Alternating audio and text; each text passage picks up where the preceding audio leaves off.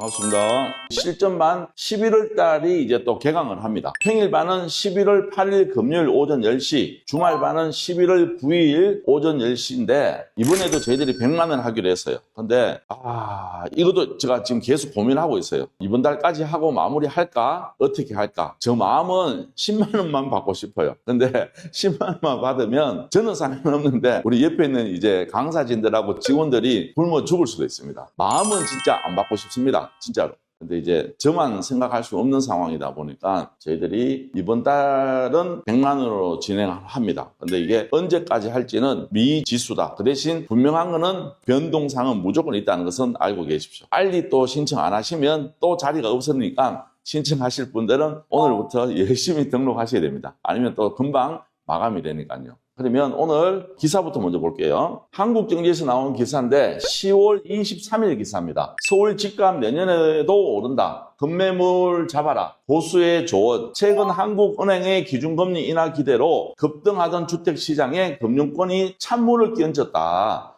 금리 인하 폭 이상으로 가상금리를 끌어올린 데다가 유주택 전세자금 대출 중단 등으로 자금줄을 조였기 때문이다. 어제 저도 계약금 받고 어제 잔금일이었어요. 전세 하나 줬는 집이 잔금일이었는데 13억 5천에 제가 계약을 했는데 부동산에서 그 얘기 하더라고. 사장님이 진짜 운 좋습니다 이러더라고. 왜요? 이러니까 저희 계약하고부터는 손님들이 안 온대요. 전세 찾는 손님들이 온대요. 왜냐하면 기존에 1주택 있는 사람들은 전세자금 대출을 해주는데 2주택부터는 전세자금 대출도 안 해주고 금리까지 올려버렸어요. 그래서 사람들이 안 움직이는 거야. 그냥 거기에서 그냥 머물러 있는 거예요. 전에는 좋은 데도 이사 가고 싶어서 조금 무리해서라도 전세도 이사를 하고 했는데 지금은 그런 상황이 아니에요. 그런 상황이다. 그럼에도 전문가들은 내년 서울 집값 상승을 점치고 있다. 내년 세 차례 금리 인하가 예상되는 데다 수도권 아파트 공급 부족 이슈가 있다. 정부에서 스트레스 DSR 해서 금리를 올렸잖아요. 그건 왜 그러냐면 이러나 저러나 금리는 인하될 수밖에 없는 상황이다 보니까 갑자기 금리가 내리면 부동산이 또 폭등해 버린단 말이에요. 이게. 그거를 시장에서 먼저 선제적으로 막기 위해서 이렇게 하신 거예요. 그러면 결론은 지금 당장은 대출 받으면 금리가 높은 것 같아도 기준금리가 떨어지면 실제 금리도 같이 떨어질 수밖에 없단 말이에요. 올랐는 금리가 피부를 안 와닿을 정도로 금리가 떨어지면 시장에 다시 돈이 들어오게 돼요. 그러면 가격이 또 다시 올라갈 수밖에 없다. 그렇게 보시면 될 것 같아요. 그래서 종합부동산세 등 각종 세금을 감면받는 투자자의 매수 타이밍이 임박했다는 분석도 있다. 도시생활주택과 오피스텔 등 수익형 부동산도 서울 내 공급 부족이 심각하다. 아파트 대체제인 오피스텔로 수요가 옮겨와 월세 수익률뿐만 아니라 시세도 반등할 것이라는 기사가 나왔다. 이게 무슨 말이냐면 우리가 코로나 때 완전 저금리에서 금리가 폭등해버렸단 말이에요. 그러면 생각해보세요. 금리가 폭등해버리면 사람들이 월세로 갈까요? 전세로 갈까요? 사람들은 전세자금 대출 받아서 전세로 갔는데 전세자금 대출 받다 보면 금리가 비싸면 이자 부담이 크잖아요. 그러면 사람들이 월세로 가버려요. 금리가 높을 때는 뭐 한다? 월세로 간다 사람들이. 근데 이제 금리가 떨어지잖아요. 그러면 올랐는 월세가 그렇다고 떨어질까요? 안 떨어질까요? 떨어지죠. 한 번 올랐는 거는 짜장면 값이 400원 하다가 1,000원 됐다. 그러면 왜 1,000원 됐냐 물어보면 밀가루 값이 올랐을 걸다 그래요. 그러면 그 1,000원 됐는 게 밀가루 값이 떨어진 데서 900원, 800원으로 짜장면 값 내리는 거 보셨어요? 절대 없다니까. 한 번 올랐는 거는 절대 안 내린다. 이게 원칙이에요. 물가의 원칙입니다. 그래서 지금 월세도 엄청 올라버렸어요. 왜? 수요가 많으니까. 전세에 있던 사람들이 다 월세로 갈아타는 바람에 월세가 지금 폭등해버렸거든요. 그러면 이제는 폭등했는 그 기준에서 그냥 머물러 있는 거예요. 그냥 월세는 절대 안 내려요. 전세는 시장에서 대출 때문에 유동성은 있지만 월세는 어떤 상황에서도 안 내려요. 이거는 여러분들 알고 계셔야 돼요. 기존에 예를 들어서 내가 오피스텔을 하나 갖고 있는데 월세를 100만 원 받고 이자를 70만 원 냈어요. 그런데 금리가 떨어지면 월세 100만 원 받고 이자를 50만 원 내는 거예요. 그러면 수익이 커져요, 작아져요? 커지면서 어떻게 되느냐면 매매 가격이 상승해버려요. 이걸 알고 계셔야 돼요. 고금리에서 저금리로 떨어지잖아요. 그러면 수익형 부동산에 여러분들이 집중할 줄 알아야 돼요. 이해되시겠죠? 이런 상황이다. 그런데 또 오피스텔이라는 게 또 웃긴 게 뭐냐면 지금 서울에 공급이 너무 부족하다 보니까 아파트 대체 상품이 되어버린 거예요. 우리가 아파텔이라고 들어보셨죠? 이런 식으로 아파트 대체 상품으로 바뀌고 있는 게 지금 오피스텔이 되었다. 왜냐하면 아파트 가격이 너무 비싼 거예요. 그런데 평수도 비슷하고 초역세권에 너무 깨끗한 집이 있는데 오피스텔이라는 이유 하나만으로 가격 차이가 이렇게 나는 거예요. 그럼 어떻게 되느냐 하면 젊은 친구들이 특히 굳이 내가 아파트 살 필요 있나? 지금 그냥 오피스텔 여기 살면 되지. 그냥 내가 사는 거 똑같은데 평수도 차이 없는데 그리고 관리도 잘 되고 깔끔해. 그러면 사람들이 오피스텔로 넘어간단 말이에요. 그러면서 오피스텔도 가격이 같이 상승하는 거예요. 근데 웃긴 거는 아파트도 지금 공급이 안 되고 있지만 오피스텔도 공급이 안 되고 있다는 사실도 알고 계셔야 돼요. 그러면 어떻게 됩니까? 월세는 자꾸 더 올라가는 거예요. 그래서 여기도 보면 오피스텔도 아파트와 함께 반등하고 있다. 지난 8월 서울 오피스텔 가격은 7월보다 0.03% 오르며 2022년 8월 이후 2년 만에 반등했다. 특히 세입자를 받아 월세를 놓기 유리한 전용 면적 60에서 85제곱미터가 전용이 60에서 85 정도면 아파트 치면 25평에서 34평짜리를 얘기하는 거예요. 이게 7월보다 0.07% 올라 상승폭이 가장 컸다. 전용 40에서 60평방미터와 전용 40평방미터 이하도 각각 요 정도 뛰었다. 업계에서는 오피스텔도 공급 부족 이슈가 부각될 것으로 예상하고 있다. 부동산 R114에 따르면 올해 입주 예정인 오피스텔은 4,057실로 작년에 얼마? 28% 수준밖에 안 되는 거예요, 이게.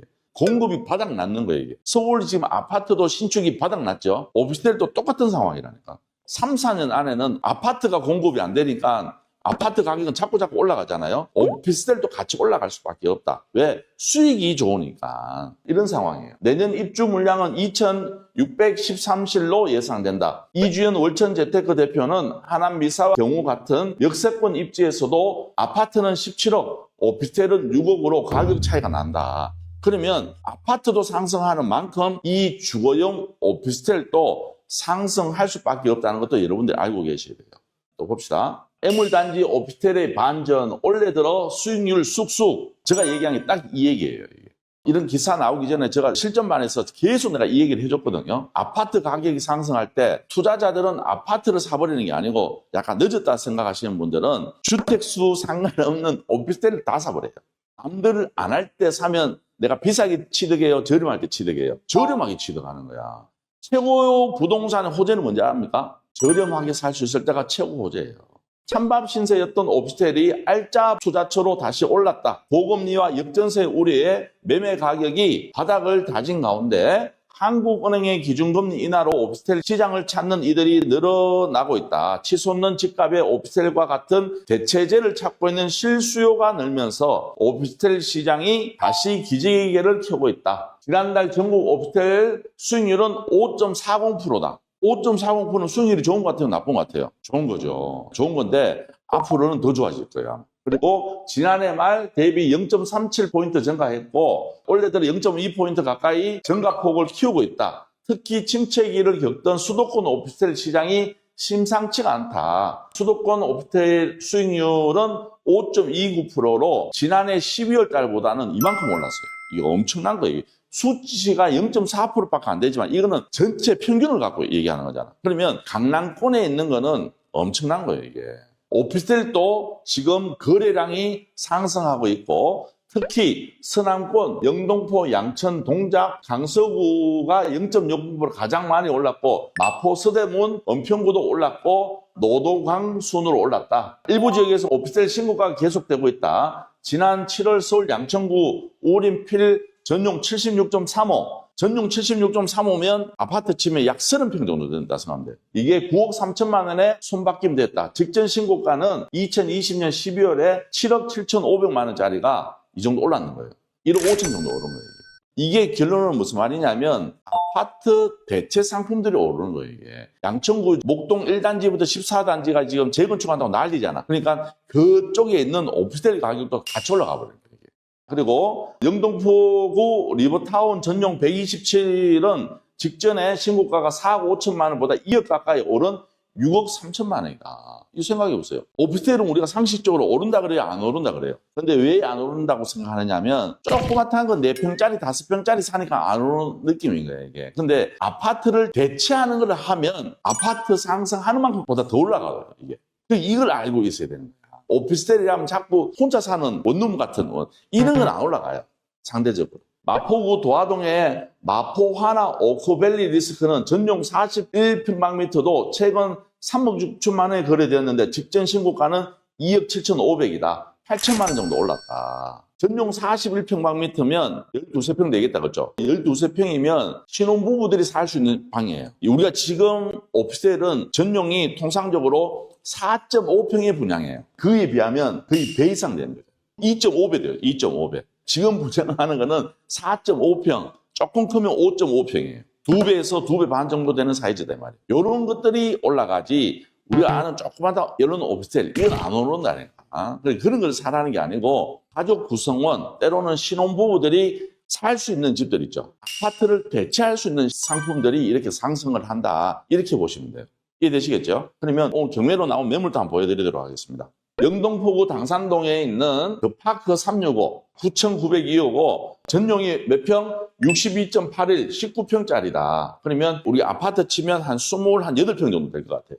강제 경매에 감정가는 4억 9,300이다. 대항력 있다, 그렇죠? 배당 요구했다. 근데 지금 보증금이 2억 4천이고 압류는 가압류인데 권리는 상관없다. 네이버 지도 한번 봅시다. 오피스텔의 공통점은 뭐냐면 역세권이 있어. 초역세권에. 여기도 보시면 2호선, 5호선 환승역인 영동포 구청역. 여기가 저거 잘 아는데요. 왜 잘 아냐면 여기 골프장이 있거든. 건물망이 있죠. 골프 연습장이에요. 저 아시는 분이 운영해가지고 여기 자주 놀러 갔는데요. 여기 바로 붙어있는 그 파크 365. 여기 상경예가 아파트라고 거의 우리나라에서 손꼽히게 리모델링을 거의 처음 한 단지예요. 여기가 입지가 워낙 좋고 교통이 좋다 보니까 굉장히 선호지역이에요. 그래서 여기에 오피스텔 하나 갖고 있으면 내가 낙찰받고 바로 매도해도 된다. 굉장히 유리한 입지를 갖고 있고 세금도 내가 설명해드리면 좋은데 오늘은 여기까지만 하고 제가 다음에 조금 디테일한 설명해드릴 건데 오피스텔은 매매사업자로 등록할 수 있다, 없다? 단기 매도 할 수 있어요, 없어요? 할 수 있어요. 그런데 요건이 필요한데 그거는 제가 나중에 시간 되면 한번 설명해 드리도록 할게요. 어찌됐든 오피스텔도 단기 매도 가능하다. 이렇게 보시면 됩니다. 여기 실거래가 한번 볼까요? 지금 최초 감정가는 4억 9,300인데 실거래가가 얼마에 나오느냐면 2024년 6월 달에 5억 3천에 거래되었습니다. 감정가보다 높게 거래되었죠. 그리고 그 전에 2024년 5월 달에는 3억 5천, 그 다음 4억 7,700, 4억 9천, 4억 8천. 근데 중요한 건 우리가 세대수가 얼마 없어요. 우리 전용으로 따지면 지금 매물도 하나, 둘, 세 개밖에 없어요. 근데 우리가 생각하면 오피스텔이 거래 안 되기 때문에 매물이 많을 것 같은데 절대 안 그래요. 왜냐하면 이런 오피스텔을 갖고 월세를 받는 주인들은 굉장히 안정적인 분들이 이런 거를 선호해요. 이해되시겠죠? 나는 그냥 오피스텔을 통해서 월세만 꼬박꼬박 받으면 노년은 괜찮아. 이런 분들이 이거 많이 하신다. 이런 것은 거래가 많이 안 이루어지는 이유가 뭐냐면 매물이 없기 때문에 매매가 안 되는 거예요, 이게. 무조건 실거래가가 많이 정리, 그게 중요한 게 아니고 매물 대비를 항상 보셔야 돼요. 매물 대비. 매물 대비했을 때는 거래가 잘 되고 있는 거다. 보시면 2024년 10월 23일, 2024년 10월 11일, 2024년 10월 23일. 그러면 결론 지금 매물 나온 지가 1주, 2주밖에 안 된 거예요, 이게. 우리 아파트 보면 뭐 저번 달 거, 저번 달 것도 많아요. 근데 이거는 실질적으로 매물 나온 지 이제 1주 뭐 내외밖에 안 되는 물건들이다. 이해되시겠죠? 이것도 잘 봐야 돼요.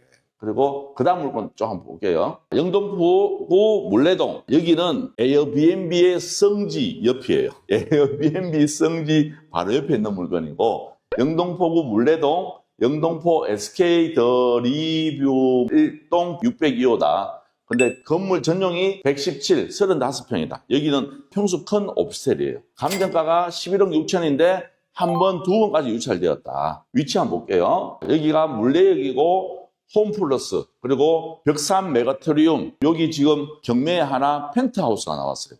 이것도 한번 보시고, 그 뒤에 있는 물레동에 있는 SK다. 여기는 뭐다? 영동포역이에요. 타임스퀘어 들어보셨죠? 타임스퀘어 옆에 보면 센트럴 프로지오라고 여기가 에어비앤비의 성지입니다. 왜냐하면 다른 데보다 방값도 많이 받고 그리고 공실 제로예요. 여기가. 그만큼 손님들이 많이 찾는 지역이에요. 왜냐하면 역도 가깝고 타임스퀘어 여기 때문에 많이 오는 것 같아요. 그만큼 수요가 많은 지역이고 또 사람들이 많이 모이는 위치에 있는 물건이다. 이래 보시면 좋을 것 같아요. 실거래가 한번 볼까요? 작년에 거래되는 거는 9억 1천만 원까지 거래되었습니다. 이거는 세대수가 얼마 없어요. 평수가 큰 거여가지고. 작년에 8월 달에 9억 5천 거래되었고, 매물도 보시면 매물조차도 지금 11억 5천에서 12억 5천, 14억 5천짜리 하나가 있어요. 뷰 한번 보여드릴게요. 지금 인테리어 해놓으면 이런 분위기다. 실질적으로 이렇게 생겼어요. 여기가 세대수는 얼마 안 돼요. 여기서도 걸어서 딱 5분 거리다. 물레역에서. 영등포역에서도 5분, 물레역에서도 딱 5분 거리밖에 안 되는 최고의 입지에 있는 물건이다. 그래서 에어비앤비를 제가 말씀드리는 이유는 뭐냐면 외국인들조차도 거리가 멀면 못 찾아와요. 여기에서 가까운 입지가 좋은 데만 외국인들이 에어비앤비를 예약하고 있기 때문에 그만큼 입지가 좋다는 것을 제가 말씀을 드린 겁니다. 이런 물건을 여러분들이 찾아서 입찰 보신다 그러면 생각보다는 수익이 크게 낼 수 있다. 단기 매도도 가능하고 2년 보유해도 괜찮다. 이런 말씀을 드리고 싶습니다. 그래서 여러분들이 너무 열심히 해서 수익 내는 것보다는 단순하게 그냥 2년 보유해서 수익 내는 것도 방법이라는 것을 꼭 알고 진행해 주셨으면 감사할 것 같습니다.